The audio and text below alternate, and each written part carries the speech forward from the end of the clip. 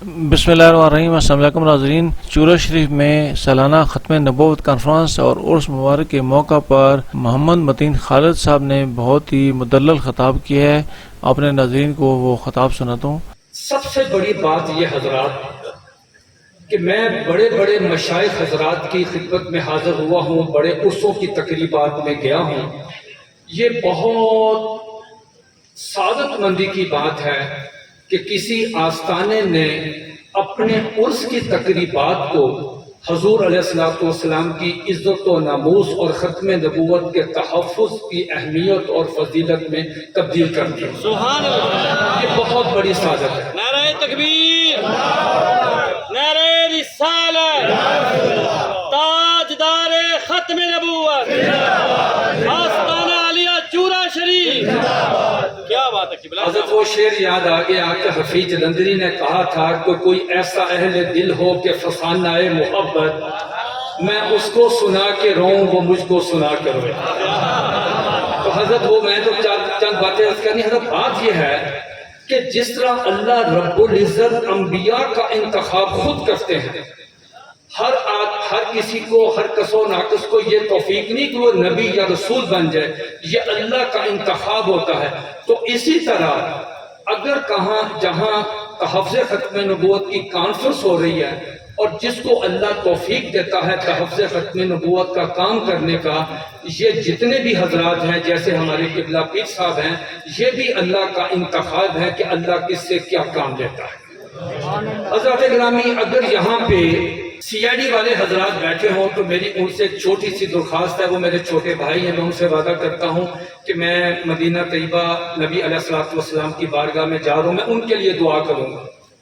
اگر وہ میری ساری اس تقریر کو نوٹ کر کے جناب ڈی سی او اور ڈی پی او تک ضرور رپورٹ کریں۔ حضرات گرامی، قانون نافذ کرنے والے ادارے بھی موجود ہیں، مشائخ و عظام، سجادہ نشین حضرات، مولا احمد لدھیانوی صاحب، اگر ہمارے قبلہ پیر صاحب، ہمارے عقیل جدون صاحب تو ہمارے مخدوم ہیں، یہ رد قادیانیت کے اسپیشلسٹ ہیں، ہم نے ان سے بہت کچھ سیکھا۔ حضرات، میں قانون نافذ کرنے والے اداروں سے عرض کرتا ہوں کہ یہ بتائیں کہ پورے پاکستان میں جب قادیانیوں کی اور مرزائیوں کی، جب مسلمانوں کی اور مرزائیوں کی جب لڑائی ہوتی ہے ملک کے کسی حصے میں، آپ کو یہ سوچنا چاہیے کہ اس کا ذمہ دار کون ہے۔ سوالات تو بہت زیادہ ہیں، لیکن آج میں صرف ایک سوال کا جواب آپ سے عرض کرتا ہوں کہ اگر پورے پاکستان میں مسلمانوں کی اور قادیانیوں کی کسی جگہ پہ کوئی لڑائی جھگڑا ہوتا ہے تو آپ کم از کم یہ تو دیکھیں کہ اس کا ذمہ دار کون ہے۔ اچھا، اس کا دیکھیں حضرت کیا ہے کہ قادیانیوں کو 7 ستمبر 1974 کو ایک تحریک چلی، اس تحریک کے نتیجے میں قادیانیوں کو غیر مسلم اقلیت قرار دیا گیا۔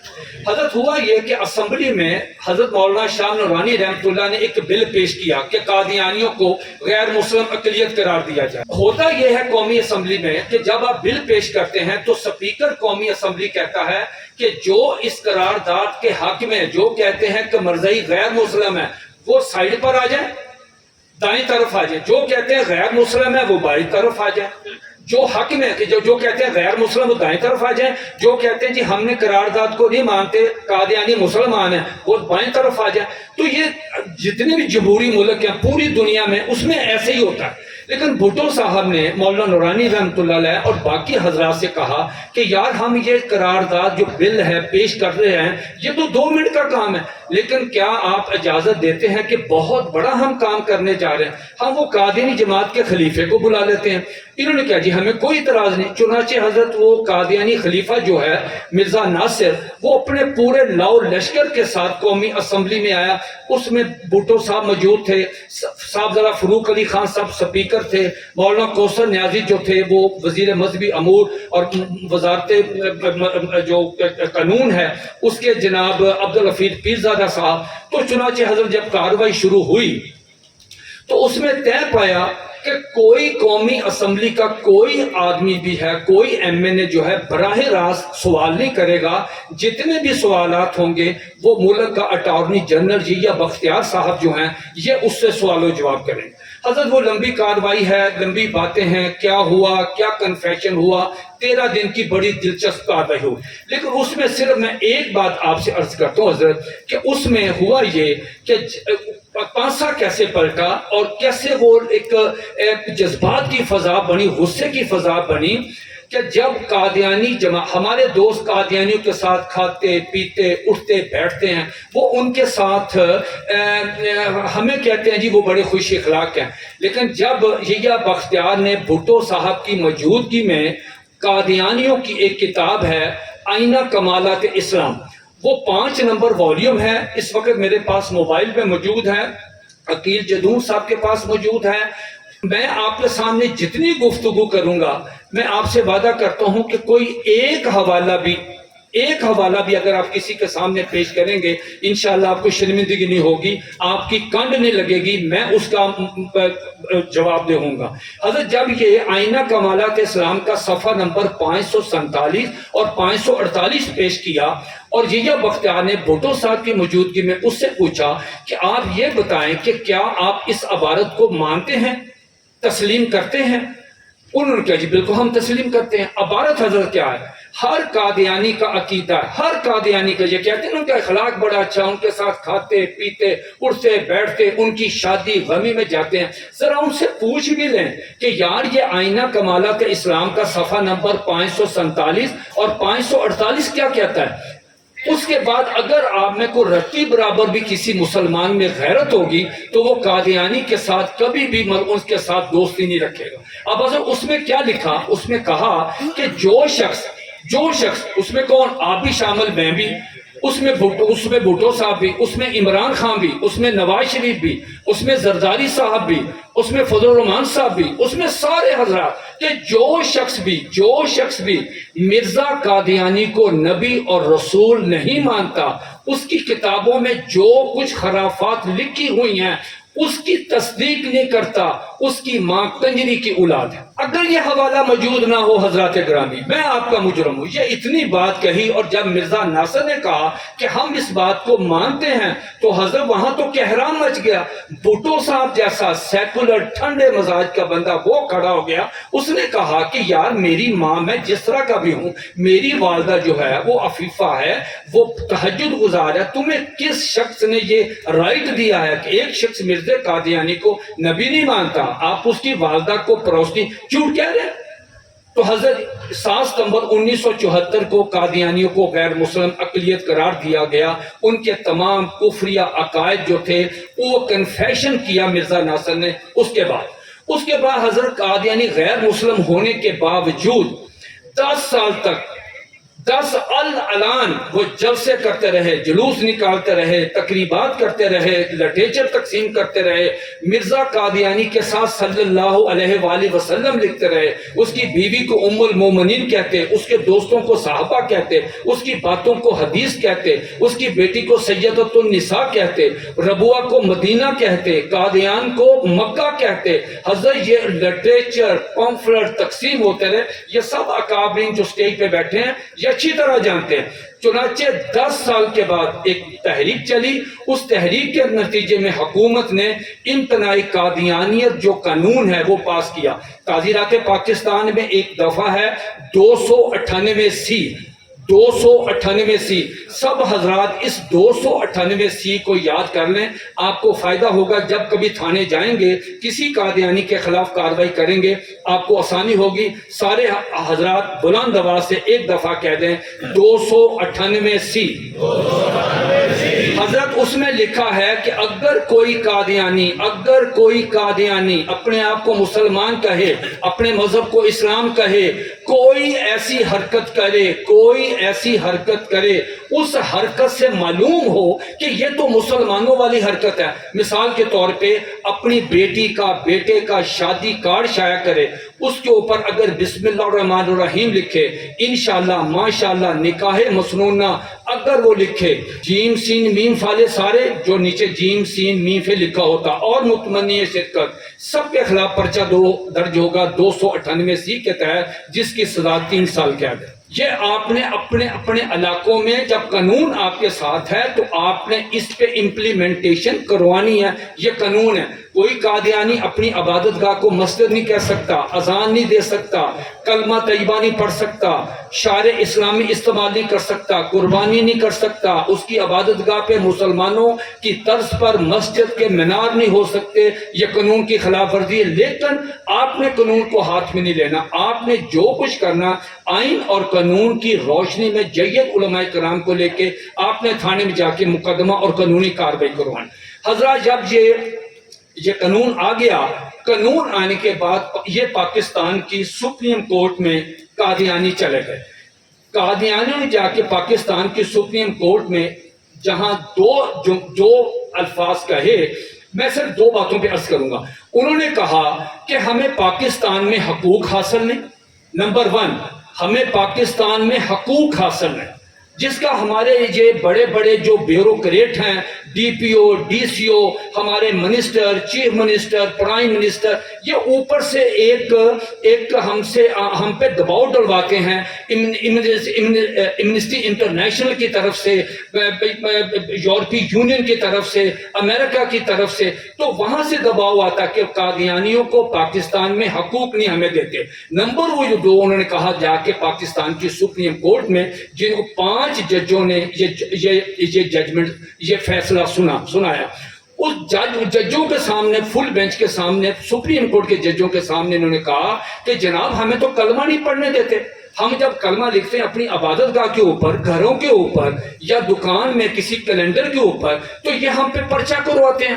تو پہلے تو ہمارے جج صاحبان بڑے پریشان ہوئے کہ یار یہ مسلمان کلمہ کیوں نہیں پڑھنے دیتے، ان کو کیوں پرچہ درج کرواتے ہیں، جبکہ نبی علیہ الصلوۃ والسلام تو آئے کلمہ پڑھانے کے لیے تھے۔ چنانچہ کیس شروع ہوا۔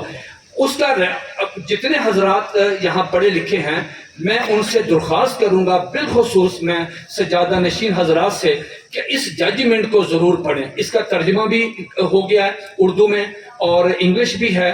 یہ ہے SCMR supreme court monthly review 1993، Zaheer الدین بنام سرکار، پیج نمبر 171 میں۔ اگر یہاں کو وکیل صاحب ہوں تو میں ان سے بھی درخواست کروں گا کہ اس ججمنٹ کی، یہ پاکستان کی تاریخ کا کمال قسم کا فیصلہ۔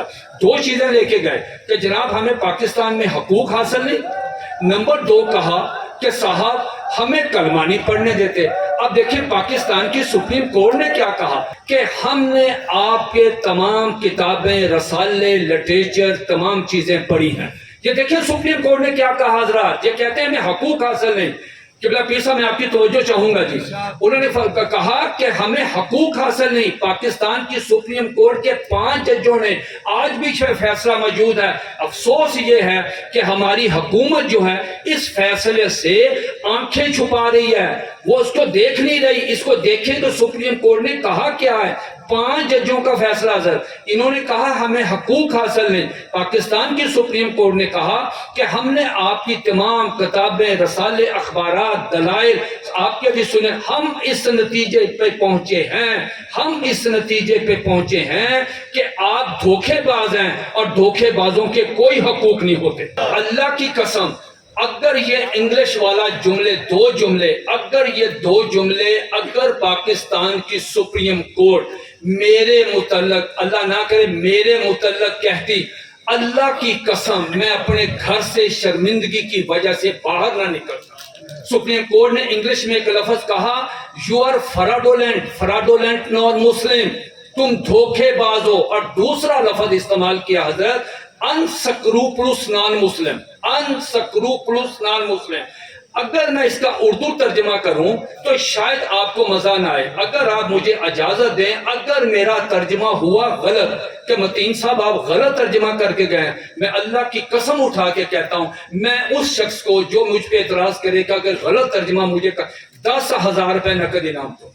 اگر اجازت دیں تو پنجابی میں ترجمہ کر دوں۔ اللہ کی قسم سپریم کورٹ نے کہا، ایک تو کہا فراڈولنٹ نان مسلم، آپ دھوکے باز ہیں، دوسرا کہا کہ you are unscrupulous non Muslim. unscrupulous کا پنجابی میں ترجمہ یہ ہے کہ تم چول قسم کے نان مسلم۔ یہ سپریم کورٹ کہہ رہی ہے حضرت۔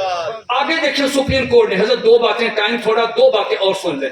سپریم کورٹ نے کہا کہ ہر قادیانی یہ قانون نافذ کرنے والے CID والے حضرات، اللہ کے واسطے میں نے وعدہ کیا میں دعا کروں گا، لکھیں اور بتائیں DCO کو، اور دیکھیں فیصلہ SCMR 1993 ظہیر الدین بنام سرکار پیج نمبر 17 پر، کیا وہاں نہیں لکھا؟ سپریم کورٹ نے لکھا کہ ہم اس نتیجے پہ پہنچے ہیں قادیانیوں کی کتابیں دیکھنے کے بعد کہ ہر قادیانی چھوٹا ہے، بڑا ہے، بچہ ہے، مرد ہے، عورت ہے، امیر ہے، غریب ہے، باہر رہتا ہے، یہاں پاکستان میں رہتا ہے، ہر قادیانی اپنے کفریہ گستاخانہ عقائد کی روح سے سلمان رشدی ہے، نام لکھا حضرت اس میں۔ اور پھر سپریم کورٹ نے ایک اور لکھا، اگلی یہ بات کو آپ مجھے بھولنا نہیں، یہ میں اسی لیے اس بات کے لیے آپ کی خدمت میں حاضر ہوا۔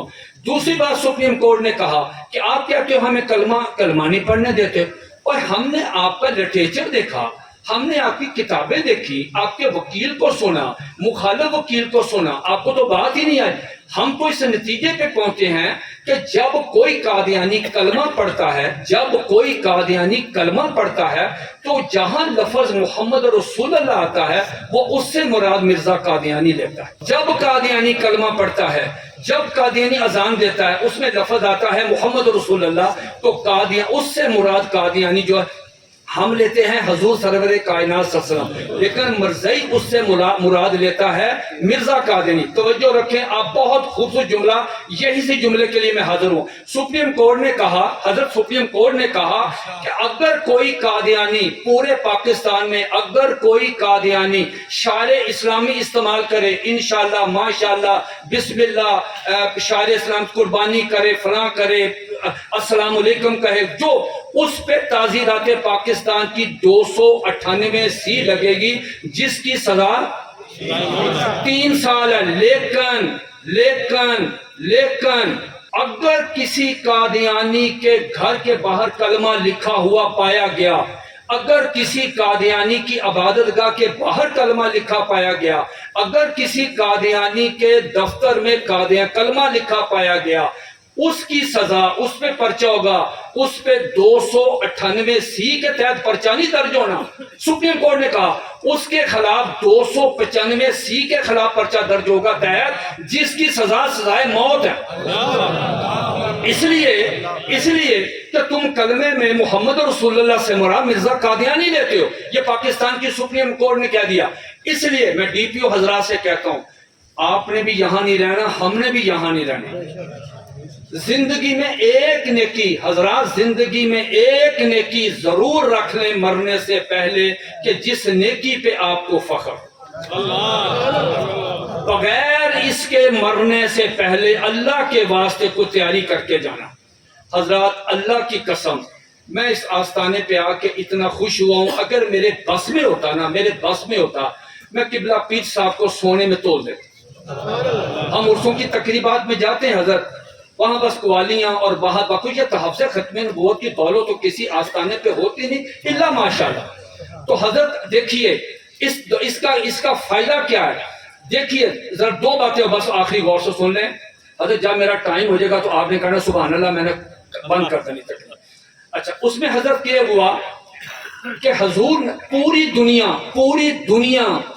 دنیا شروع سے لے کے آخر تک کیا کہتی ہے کہ یا رسول اللہ صلی اللہ علیہ وسلم میرے ماں باپ آپ پہ قربان ہو، یہی کہتے ہیں حضرت، آپ بھی کہتے ہیں ایک دفعہ یا اللہ یا رسول اللہ صلی اللہ علیہ وسلم ہمارے ماں باپ آپ پہ قربان ہو۔ اس پہ نبی علیہ السلام بڑے خوش ہوتے ہیں، لیکن آپ کو معلوم ہے کہ تاریخ نے اپنے اوراق میں وہ ایک بڑا خوبصورت منظر محفوظ رکھا ہے کہ ساری دنیا، صحابہ کرام، تابعین، تبا تابعین، ابدال، کتب، غوث، سب کہتے ہیں کہ یا رسول اللہ صلی اللہ علیہ وسلم ہمارے ماں باپ آپ پہ قربان ہو۔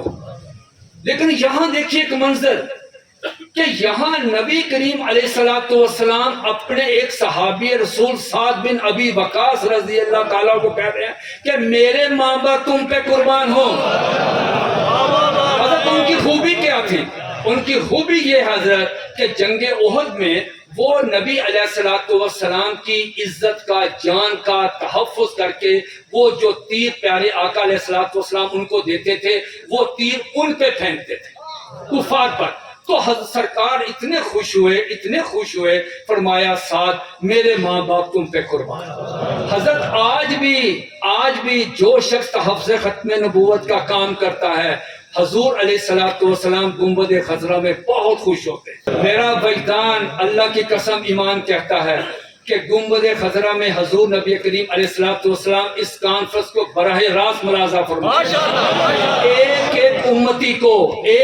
امتی کو اس کی وردیت سے آپ کو جانتے بھی ہیں پہچانتے بھی ہیں. ہمارا نبی بڑا لجپال ہے. ہمیں 1,00,000 قبلہ فرما رہے تھے نا 1,24,000 کم و بیش نبی رسول آئے. اللہ کی قسم ہمارے نبی کا جو پرس کریڈٹ وہ یہ ہے کہ ہمارا نبی لاجپال ہے. یہ جو آپ نعرہ لگاتے ہیں یہ تشریف لائے اتنے صبح سے بیٹھے ہوئے سجادہ نشین حضرات یہ تو اے سی 1 منٹ کے لیے اے سی سے باہر نہیں نکلتے. نبی علیہ الصلوۃ والسلام ان کو کبھی بھی نہیں بھولیں گے آپ کو بھی نہیں بھولیں گے. یہ آپ نبی علیہ الصلوۃ والسلام کی ختم نبوت کے لیے آئے. یہ پیر جماعت علی شاہ صاحب جتنے مرضی بزرگ ہوں حضرت جتنے مرضی بڑے بزرگ ہوں ان سے بھی بڑے بزرگ تھے لیکن ان کو پالش کس نے کیا ان کو پر کس نے لگائے وہ تحفظ ختم نبوت. وہ چلے گئے مدینہ طیبہ کہا رات کے بھی میں نے زندگی یہاں گنبد خضرا کی چھاؤں تلے گزارنے. رات کو نبی علیہ الصلوۃ والسلام میں خواب میں تشریف لائے. کہا مہر علی کدھر آئے ہو؟ کہا یا رسول اللہ صاحب میرے ماں باپ قربان ہو میں نے عہد کیا کہ ساری زندگی اب گنبد خضرا کی چھاؤں کے تلے گزارنے. آپ صلی اللہ علیہ وسلم تھوڑے سے رنجیدہ اور غصے میں آئے. کہا مہر علی میری احادیث کو طویل کی کینچی سے مرزا قادیانی ٹکڑے کر رہا ہے اور تو یہاں آ گیا.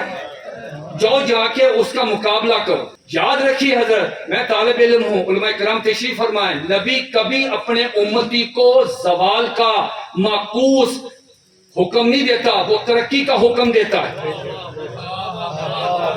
نبی ہمیشہ ترقی کا حکم دیتا ہے. وہاں 50,000 ایک نماز پڑھنے کا ثواب مدینہ طیبہ میں 50,000 کا ہے. تو نبی علیہ الصلوۃ والسلام پیر میلی شاہ کو بھیج رہے ہیں گولڈا شی. تو حضرت یہ سمجھ نہیں آتی جو شخص تحفظ ختم نبوت کے کام کے دوران نماز پڑھتا ہے جیسے آپ آئے ہیں حضرت ایک نماز کا ثواب 1 کے برابر 27 کے برابر نہیں. اللہ اپنے حبیب علیہ الصلوۃ والسلام کی عزت و ناموس کے صدقے آپ کی ایک نماز کو کروڑوں اربوں نمازوں میں فضائل میں تبدیل کر. وہ یہاں تشریف لائے اور انہوں نے قادیانی نے کہا کہ آئیں جی اور یہاں تفسیر لکھتے ہیں. یہ عقیل صاحب مجھ سے زیادہ بہتر جانتے ہیں. اور تو حضرت نے کہا کہ ایسے نہیں میں تفسیر لکھوں گا تم کہو گے جی بہت اچھی نہیں لکھی مرزا نے اچھی لکھی فلاں. ایسے کرتے ہیں ایک کاغذ پہ قلم تم رکھو ایک کاغذ پہ قلم میں رکھتا ہوں جس کا قلم خود بخود چلے وہ سچا دوسرا جھوٹا. پھر آئے کہا جی کوڑ کا مریض لاتے ہیں آپ اس پہ ہاتھ پھیرے دیکھتے ہیں کوڑ کا مریض جو ہے کس کے ہاتھ پھیرنے سے ٹھیک ہوتا ہے. پیر صاحب نے کہا نہیں ہوئے انج نہیں قبرستان چلتے ہیں ایک قبر سے مردہ میں نکالتا ہوں ایک قبر سے مرزا کا آدھے نکالے. حضرت وہاں سے بھی بھاگے. وہاں قبلہ پیر صاحب نے کہا سن کے جائیے کہ جو شخص تحفظ ختم نبوت کا کام کرتا ہے اس کی پشت پہ اس کے نبی کہا. اللہ کی قسم لا الہ الا اللہ محمد رسول اللہ ہم یتیم نہیں ہیں. یہ پولیس بھی سن لے اور باقی سب سن لے. آج آپ نے رات کو سونے سے پہلے اپنے گریبان میں علیحدہ کمرے میں نماز عشاء کے بعد دروشی پڑھنے کے بعد اپنے گریبان میں جا کے نبی علیہ الصلوۃ والسلام کے گنبد خضرا کا تصور کر کے اپنے آپ سے سوال کرنا ہے کہ آپ مسلمان ہیں یا کافر ہیں. مسلمان کس طرح ہیں؟ حضرت نماز روزہ حج زکات مولانا ظفر علی خان نے کہا تھا نماز اچھی حج اچھا روزہ اچھا زکات اچھی مگر میں باوجود ان کے مسلمان ہو نہیں نہ جب تک کٹمرو میں کھا جائے بتہا کی حرمت پر خدا شاہد ہے کامل میرا ایمان ہو. اب آپ نے فیصلہ کیا کرنا حضرت آپ نے دیکھنا ہے. سن لیجئے یہ بخاری مسلم کی شروع میں حدیث ہے یہ کرائیٹیریا اگر آپ اس حدیث کے کرائیٹیریا پہ پورے اتر آئے اللہ کی قسم آپ خوشی سے اللہ کا شکر ادا کریں کہ آپ مسلمان ہیں۔ اگر اس حدیث میں رتی برابر بھی کوئی فرق آ گیا، حضرت آپ مسلمان نہیں، معاف کیجئے گا، پھر آپ مسلمان نہیں۔ مسلمان کون ہے؟ مسلمان وہ ہے حدیث پاک کی روح سے جو نبی علیہ الصلوۃ والسلام سے اپنی امی، اپنے ابو، اپنی بہن، اپنی بیوی، اپنی بیٹی، اپنا کاروبار، حتیٰ کہ اپنی زندگی سے زیادہ نبی علیہ الصلوۃ والسلام سے محبت کرے۔ سبحان اللہ۔ یہ یہاں تک نہیں حضرت، یہ یہاں گلے تک نہیں۔ ابھی آپ کو کسی کو فون آ جاتا ہے کہ آپ کی بیٹی کو کسی نے چھیڑا، حضرت اس نے تقریر نہیں سننی، اس نے بھاگ جانا ہے، اور میری ڈانگ لے آؤ، چھری لے آؤ، انو بلا میری بیٹی نو چھیڑیا۔ حضرت نبی علیہ الصلوۃ والسلام کی توہین پہ تو آپ یہ جذبہ نہیں ہوتا۔ سبحان اللہ۔ یہ پوچھا جائے گا آپ کی بیویوں کو، آپ کی بہنوں کو، آپ کی بیٹیوں کو، ان کو بھی جا کے بتاؤ کہ متین خالد یہ بات کہہ گیا کہ قیامت والے دن جب انہوں نے حضرت سیدہ کائنات حضرت فاطمہ الزہرا اور امی عائشہ کو سلام کرنا نا، انہوں نے نہیں پہچاننا کہ باجی کون ہو۔ میرے ابا حضور کی توہین ہوتی تھی، قادیانی خواتین گلی گلی پھر کے لٹریچر تقسیم کرتی تھی، تم کہاں گئی تھی؟ اور آپ نے جب نبی علیہ الصلوۃ والسلام کو سلام کرنا، اگر نبی علیہ الصلوۃ والسلام آپ کے سلام کا جواب ہی نہیں دیں گے کہ مجھ سے زیادہ تو تمہارے باپ کی عزت تھی، مجھ سے زیادہ تم اپنی ماں کی عزت کرتے تھے، مجھ سے زیادہ کاروبار کی کرتے تھے، آپ کے پلے کیا پڑا؟ حضرت یہ غازی مولود علم الدین شہید رحمۃ اللہ آپ جیسا تھے۔ یہ 4-5 دن بعد ان کی برسی آ رہی، وہ جب یہ میاں ولی جیل میں تھے، اب بھی میاں ولی جیل میں حضرت جس کو پھانسی ہوتی ہے وہ درخواست لکھتا سپرنٹینڈنٹ کے نام کہ جناب سپرنٹینڈنٹ صاحب السلام علیکم، درخواست ہے، صبح مجھے پھانسی ہونی ہے، برائے کرم مجھے غازی علم الدین شہید رحمۃ اللہ کے کمرے میں آج رات کو عبادت کرنے کی اجازت دی جائے۔ تو حضرت وہ اس کمرے میں تالا لگا ہوا حضرت، تو اس کی درخواست کو سپرنٹینڈنٹ قبول کرتا، تو وہ ساری رات اس وہی قرآن مجید کا نسخہ، وہی جائے نماز، تو وہیں بیٹھ کے وہ اللہ سے اس شہید نموس رسالت کے صدقے معافیاں مانگتا ہے، اللہ تعالیٰ قبول فرمائے۔ حضرت جس رات اس کو پھانسی ہونی تھی 30-31 اکتوبر کی درمیانی رات کو، تو غازی علم الدین شہید کا جو وارڈن تھا عبداللہ، وہ اس کو پہرا دے رہا تھا، اس نے دور سے دیکھا کہ غازی صاحب کی جو کوٹری ہے یہ مطلب نور سے بھر گئی ہے۔ اس نے پریشان ہوا کہ یار یہ کیا ہوا، کہیں آگ تو نہیں لگ گئی۔ وہ بھاگم بھاگ گیا تو غازی علم الدین شہید رحمۃ اللہ رو رہے تھے، اندر خوشبو کے ساتھ بھرا ہوا کمرہ، تو یہ عبداللہ ان وارڈن جو تھا ان کے پاؤں میں پڑ گیا۔ کہا غازی صاحب یہ کیا ماجرا؟ کہا نہیں کچھ نہیں، کہا نہیں غازی صاحب آپ نے صبح سزائے موت ہو جانی آپ کو، آپ یہ راز سینے میں لے کے نہ جائیں، ہمیں بتائیں۔ تو غازی صاحب نے کہا کہ دیکھو یہ جو راجپال تھا جس نے کتاب لکھی، میری اس سے کوئی دشمنی، میں نے اپنے آقا و مولا صلی اللہ علیہ وسلم کی عزت و نموز کا تحفظ کیا۔ میں نوجوان ہوں، میں نے نہ نماز نہ روزہ نہ حج نہ زکوٰۃ، میری تو ابھی شادی بھی نہیں، اور نوجوان میں تو کبھی مسجد میں بھی بہت کم جاتا ہوں، تو میں نے اپنے آقا کی عزت کا بدلہ لیا۔ تو ہوا یہ حضرت، وہ کہتے ہیں کہ ابھی حضور نبی کریم علیہ الصلوۃ والسلام صحابہ کرام کے ہمراہ تشریف لائے تھے۔ مجھے حضرت علی کرم اللہ وجہ نے کہا کہ علم الدین گھبرائے تو نہیں ہو، اگر گھبرائے ہو تو ہمارے ساتھ چلو، ہم آپ کو ساتھ لے چلتے ہیں۔ تو غازی صاحب نے کہا کہ نہیں حضور میں بالکل نہیں گھبرایا، آپ چیک کر لیں کہ جب میں آیا تھا تو میرا وزن کتنا تھا اور آج سزائے موت ہونی ہے اور میرا وزن کتنا ہے، تو الحمدللہ میں اس پہ خوش ہوں۔ اس پہ نبی علیہ الصلوۃ والسلام نے غازی علم الدین شہید رحمۃ اللہ سے فرمایا کہ بیٹا میری آپ کو 2 وصیتیں ہیں، دو نصیحتیں ہیں، وہ دونوں کر کے آنی۔ نمبر 1 یہ کہ جب آپ کے ہاتھ پیچھے بندھے ہوں گے تو آپ کو وہ پھانسی کے پھندے کے قریب لے کے آئیں گے، تو انہوں نے آپ سے پوچھنا ہے کہ تمہاری آخری خواہش کیا، تو تم نے ان سے کہنا ہے کہ میری خواہش یہ ہے کہ میرے پیچھے سے ہاتھ کھولے جائیں، میں یہ پھانسی کا پھندا چوم کر اپنے گلے میں خود ڈالنا چاہتا ہوں۔ اور دوسرا بیٹا روزہ رکھ کے آنا، میں آب کوثر پہ تمام صحابہ کرام کو لے کے وہاں پہ تیرا انتظار کروں گا اور اکٹھے روزہ کھولیں گے۔ یہ ہے تحفظ ختم نبوت کی برکت، وما علینا الا البلاغ۔